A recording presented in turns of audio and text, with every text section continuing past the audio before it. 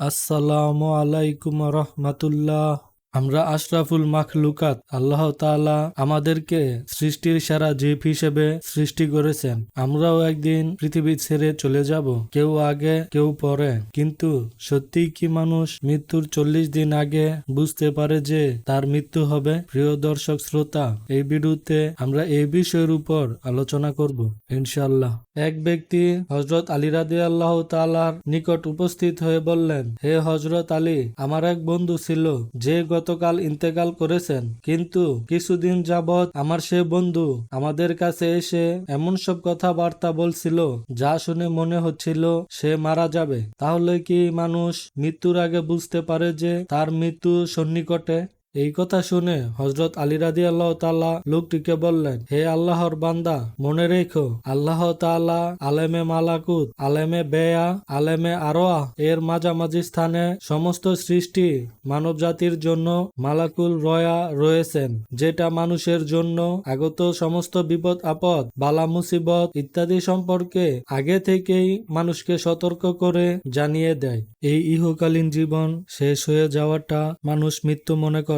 আসলে মৃত্যু এমন একটা জিনিস যেটা মানুষকে এক জীবন হতে অন্য জীবনে নিয়ে যায়, আর একেই বলে মৃত্যু।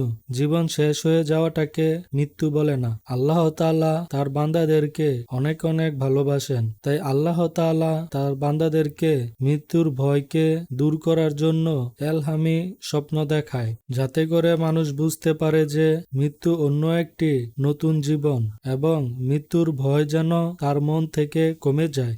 আল্লাহ তাআলা মানুষকে এই সুযোগ দেন যাতে করে মানুষ নিজেদেরকে শুধরাতে পারে, নিজের কৃত পাপ কর্মের জন্য আল্লাহর নিকট তওবা করতে পারে।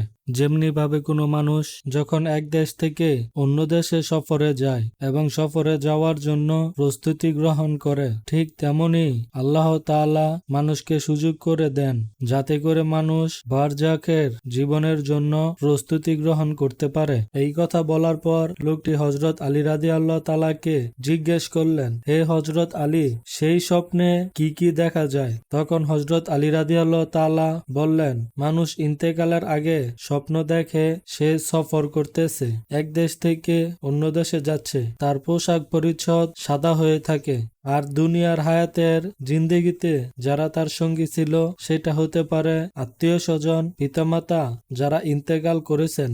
সেই স্বপ্নে দেখেন যে তারা তাকে নিতে এসেছে। তখন স্বপ্নে মৃত সেই আত্মীয় স্বজনরা বলে থাকে, তোমার এই দেশের সফর শেষ হয়ে গিয়েছে, তোমাকে অন্য দেশে নিয়ে যাচ্ছি। মানুষ যখন স্বপ্ন দেখে তার মৃত আত্মীয় স্বজনের মধ্যে কেউ তাকে নিতে এসেছে এবং তারা তার সাথেই আছে, তখন মানুষের মনের দিক থেকে তার সাহস বেড়ে যায় এবং মানুষের মৃত্যুর ভয় কমে যায়। এই কথা শোনার পর লোকটি হযরত আলী রাদিয়াল্লাহু তাআলাকে বললেন, হে হযরত আলী, যদি কোনো ব্যক্তি এ ধরনের স্বপ্ন দেখে থাকে তাহলে সে কিভাবে বুঝতে পারবে যে এই স্বপ্ন এলহামি স্বপ্ন নাকি শয়তানের পক্ষ থেকে ছিল?